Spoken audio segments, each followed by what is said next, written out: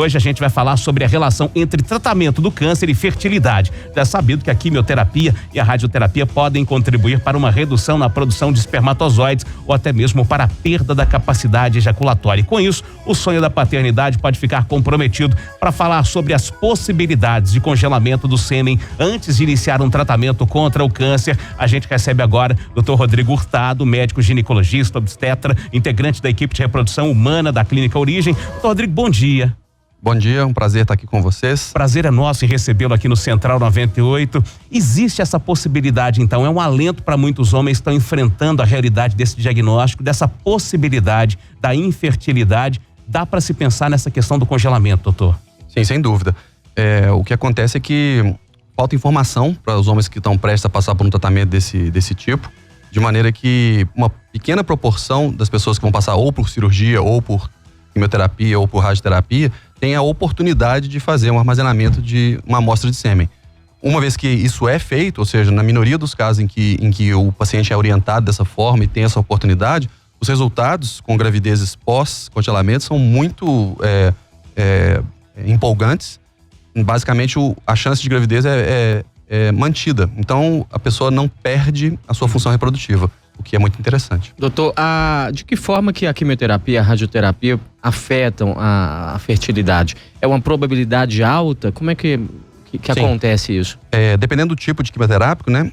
E a radioterapia não depende do tipo, é só simplesmente da dose, ou seja, da exposição à radiação. O que acontece é que as células que dão origem às células germinativas, dão origem aos espermatozoides, né, em última instância, elas são destruídas, tanto pela quimioterapia quanto pela radioterapia. O seu metabolismo fica prejudicado, a sua divisão celular fica prejudicada, então ou se formam espermatozoides de má qualidade ou simplesmente não se formam. Mas isso é no tratamento de qualquer tipo de câncer ou mais ou apenas no câncer de próstata? Em todo tipo de câncer, inclusive...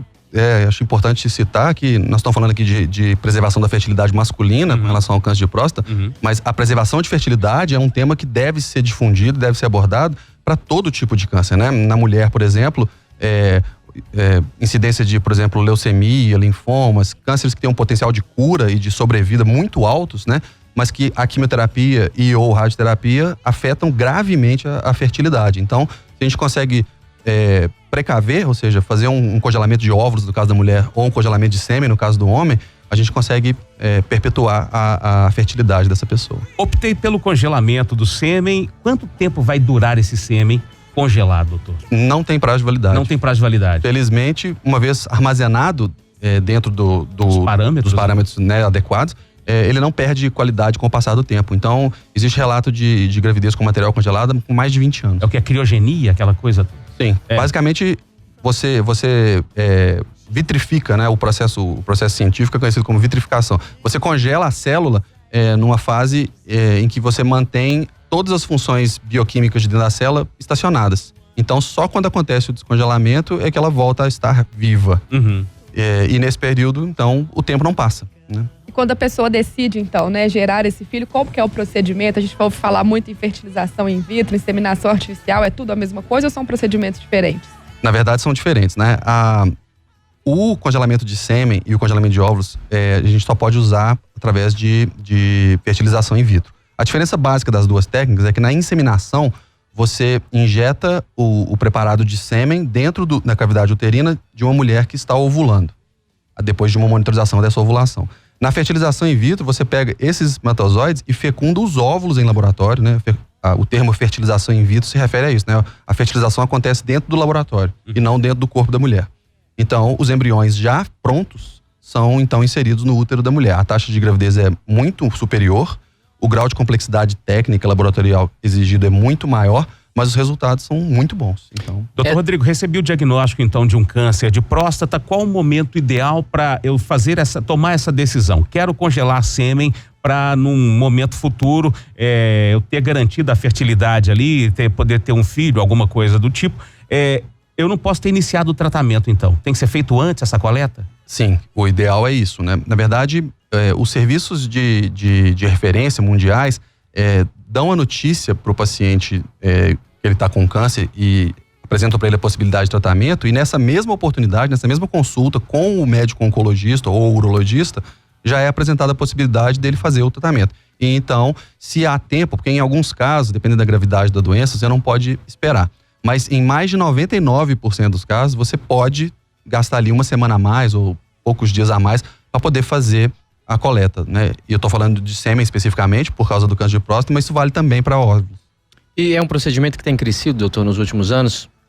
Pois é, infelizmente não. A falta de informação ainda é uma barreira muito grande. Olha aí. Aproximadamente 30% das pessoas que têm um diagnóstico de câncer de próstata são informadas que existe a possibilidade de congelamento, e dessas que são informadas, 95% acham extremamente pertinente. E apenas mais ou menos em torno de 65% fazem efetivamente o processo.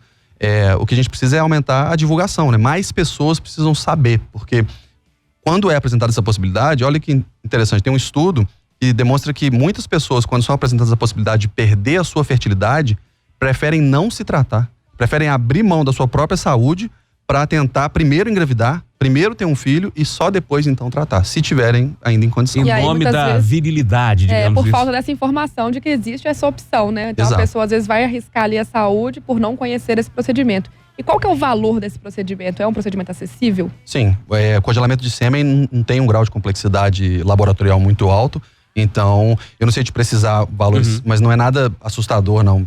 Dentro de um tratamento médico simples, então nada que a questão socioeconômica venha a interferir. Qualquer pessoa que se dispuser a fazer, tem condição de fazer. Está ao alcance de uma boa parcela da população, então. Eu diria que toda a população. Toda a população pode Sim. fazer. Não é um procedimento contemplado pelo sistema público de saúde ainda, né, doutor? Não. Nenhum procedimento de reprodução humana é contemplado, né? O sistema público de saúde ainda não dá subsídio para técnicas de reprodução assistida.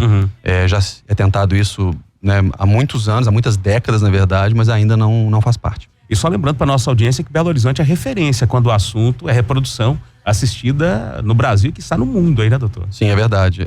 Nós temos um contingente de profissionais que trabalham com essa área aqui na cidade que é muito respeitado, internacionalmente, inclusive.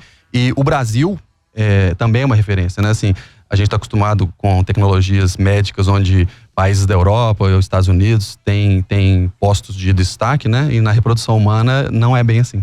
Legal, gente. Uma boa notícia para quem está nos ouvindo. A gente trazendo essa boa notícia para nossa audiência, para os homens aí que estão enfrentando a realidade de um diagnóstico de um câncer, não só do câncer de próstata. Estamos citando de próstata porque a gente está em pleno Novembro Azul, já fechando essa campanha do Novembro Azul 2018, mas a possibilidade para homens e para mulheres, diante de um diagnóstico tão difícil, existe a possibilidade, essa possibilidade do congelamento. Dr. Rodrigo Hurtado, médico, ginecologista, obstetra, integra a equipe de reprodução humana da Clínica Origem. Dr. Rodrigo, obrigado, viu? Bom dia para o senhor. Eu que agradeço, uma boa tarde para todos os nossos ouvintes. Obrigado. São 11h24. Você que sofreu um acidente de trânsito nos últimos 3 anos, sabia que você pode receber uma indenização de até R$13.500 pelo seguro DPVAT? Pois é, a Facilita Brasil acaba com a burocracia e te ajuda a receber o seu seguro. Acesse facilitabrasil.com ou então mande um WhatsApp pra gente no 994525005. Facilita Brasil, ajudando a garantir os seus direitos. 11h24. Deixa eu aproveitar mais um pouquinho do Dr. Rodrigo aqui. Quem quiser saber mais sobre a Clínica Origem, tá lá na internet, tem tudo à disposição lá para conhecer um pouco mais do trabalho de vocês, né, doutor? Sim, na nossa homepage tem vários textos informativos sobre tecnologias de reprodução, com diversos enfoques, pacientes de endometriose, pacientes com ligadura de trompas prévia, fator masculino, independente de problemas como câncer, que é o que nós estamos abordando aqui hoje, né? Outra indicação que eu acho muito importante falar para preservação de fertilidade são pessoas que estão atingindo uma idade onde a fertilidade se perderia de qualquer forma. Paulo Leite até saiu do estúdio, você viu, né? Ele não é trouxa nem nada. Não. Né? E também, hoje, muito bem divulgado, felizmente, a questão das pessoas com orientação sexual diferente. Inclusive transgêneros. Pessoas que vão fazer progressão de um gênero para outro, através de cirurgia ou de tratamento hormonal, elas podem também preservar a sua fertilidade previamente à progressão de gênero. Perguntinha que chegou agora pelo WhatsApp do Reinaldo Canu. Doutor, a pessoa que fez vasectomia, ela pode, depois da cirurgia, congelar o espermatozoide? Consegue reverter a cirurgia de vasectomia?